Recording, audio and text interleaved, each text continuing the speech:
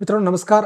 Digital डीजी YouTube चॅनलमध्ये तुमचं सगळ्यांचं हार्दिक स्वागत आहे. मित्रांनो, पोखरा अंतर्गत ऑनलाईन अर्ज कसा केला जातो या संदर्भातील सविस्तर माहिती आपण या ठिकाणी जाणून घेणार आहोत.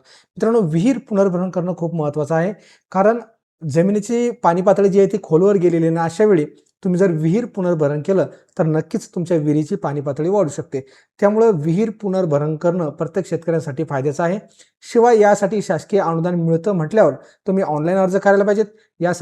परंतु यासाठी ऑनलाईन अर्ज कसा करावा लागतो या संदर्भातील जर तुम्हाला माहिती नसेल तर या व्हिडिओमध्ये आपण डिटेलमध्ये माहिती जाणून घेणार आहोत.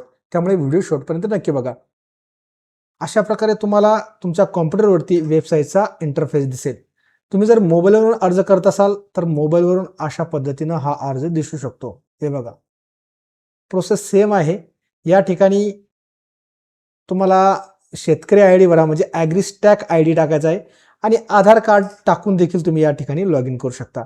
आधार कार्ड नंबर टाकायचा, त्यानंतर ही जी कॅप्चा कोड आहे, जो कॅप्चा कोड आहे तो या ठिकाणी टाकायचा. आपल्याकडं ॲग्रीस्टॅक क्रमांक आहे, त्यामुळे आपण आता या ठिकाणी ॲग्रीस्टॅक क्रमांक टाकून लॉग इन करणार आहोत. सगळ्यात महत्त्वाचं म्हणजे या स्क्रीनला आता आपण मोठं करणार आहोत. कॉम्प्युटरवरती हा अर्ज आपण सादर करणार आहोत. तुम्ही मोबाईलवर देखील अर्ज सादर करू शकता, काहीही अडचण नाही.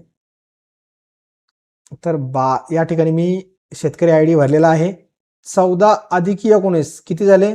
33.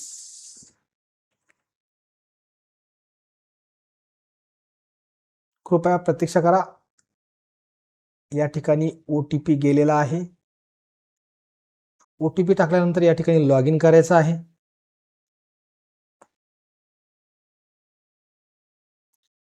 आपली नोंदणी यशस्वी झाली आहे. कृपया आपली माहिती पूर्ण भरा.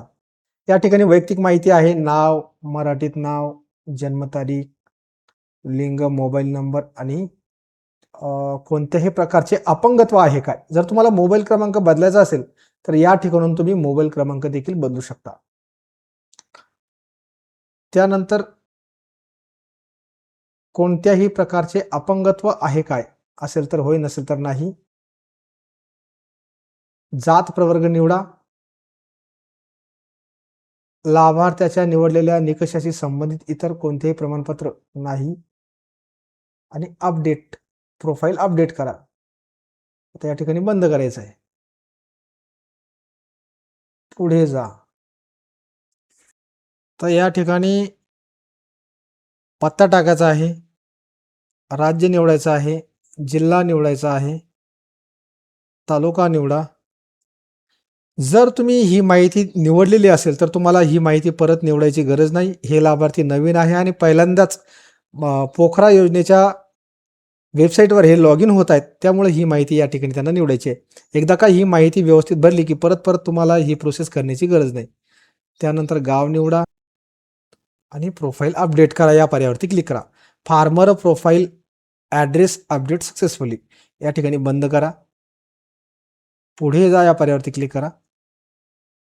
आता बघा, या ठिकाणी शेतकऱ्याच्या नावावर जमीन किती आहे ते ऑटोमॅटिक या ठिकाणी आलेलं आहे. कारण का आलेलं आहे तर या ठिकाणी आपण फार्मर आयडी टाकलेला आहे, म्हणून ही सर्व माहिती या ठिकाणी आलेली आहे. शेत क्रमांक आहे, सर्वे नंबर आहे, जिल्हा, तालुका, गाव, सगळी माहिती या ठिकाणी आलेली आहे. प्रकल्प बाहेरील गावातील जमिनीचा काही तपशील असेल तर या ठिकाणी तो या ठिकाणी दिसेल. तर आता नवीन बाबीसाठी अर्ज करा या पर्यायावरती क्लिक करा. घटकाचा गट निवडा.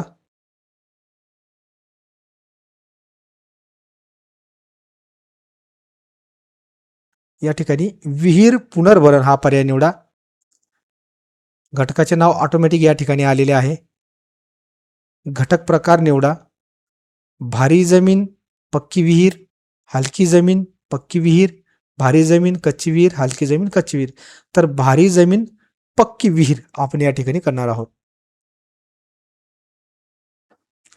आणि पुढे जा या पर्यायावरती क्लिक करणार आहोत. आता विहीर पुनर्भरण पात्रता निकष जे आहेत ते या ठिकाणी दिलेले आहेत. सदर घटकाकरता इतर कोणत्याही योजनेतून लाभ घेतलेल्या शेतकऱ्यांना या योजनेअंतर्गत लाभ अनुदेय नाही.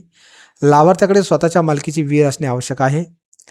प्रकल्पांतर्गत सदर घटकाचा लाभ 5 हेक्टर पर्यंत एकूण जमीन धारणा असलेल्या लाभार्थींना देय राहील. विहीर पुनर्भरण आवश्यक कागदपत्रे. अर्जदार संयुक्त खातेदार असल्यास इतर खातेदाराचे संमतीपत्र या ठिकाणी आवश्यक असणार आहे. अर्जदार अनुसूचित जाती किंवा जमाती प्रवर्गातील असल्यास त्याबाबतचे प्रमाणपत्र या ठिकाणी आवश्यक असणार आहे.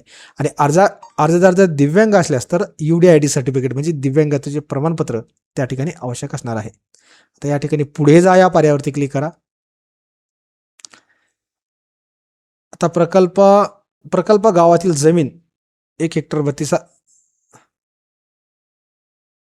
32 ही दिसत आहे. प्रकल्पाबाहेरील जमीन कोणतीही नाही. एकूण जमीन 1 हेक्टर 32 आर आहे. तर आता एक गाव आहे, यातील सर्वे नंबर आपल्याला निवडायचा आहे. कोणत्या सर्वे नंबरमध्ये ही तुम्हाला हे विहीर पुनर्भरण करायचं आहे. तर सर्वे नंबर 56 मध्ये या ठिकाणी करायचं आहे. पुढे जा या पर्यायावरती क्लिक करा. या ठिकाणी माहितीची पडताळणी करा. सगळी माहिती या ठिकाणी आलेली, घटकाचे नाव, विहीर पुनर्भरण, जमिनीचा तपशील, जिल्हा, तालुका, गाव, शेत क्रमांक आणि सर्वे नंबर. अर्ज करण्यासाठी पुढे जा या पर्यायावरती क्लिक करा. हमीपत्र या ठिकाणी आलेलं आहे, ते सविस्तर वाचून घ्या आणि या चौकटीत टिक करा.